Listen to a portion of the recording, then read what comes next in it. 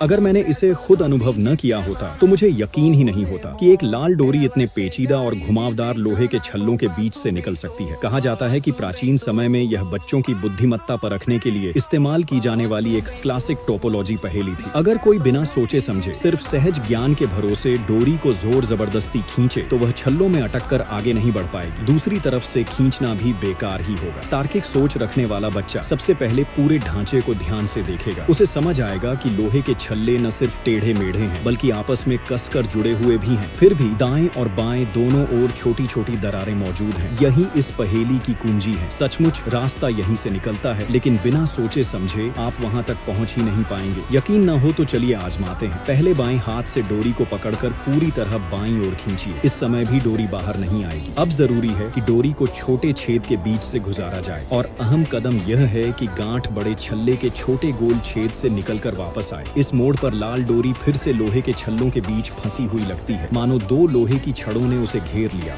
यहाँ ज्यादातर लोग हार मान लेते हैं और सोचते हैं कि डोरी काटे बिना यह नामुमकिन है, लेकिन सफलता का असली रहस्य लचीलापन और उलटी दिशा में सोचने की क्षमता में छिपा होता है। सच तो यह है कि इस समय आप सफलता के बहुत करीब होते हैं। पलके मत झपकाइए। अब मैं सही तरीका बताता हूँ। पहले डोरी को दाईं ओर के छोटे छेद और छल्ले में डालिए, फिर नीचे की ओर खींचिए। इसके बाद डोरी को दाईं ओर वाले गोल छल्ले से गुजारिए और फिर से छोटे छेद में डालिए। जब हालात बिल्कुल बंद से लगे तभी असली रास्ता खुलता है और डोरी सफलतापूर्वक बाहर आ जाती है।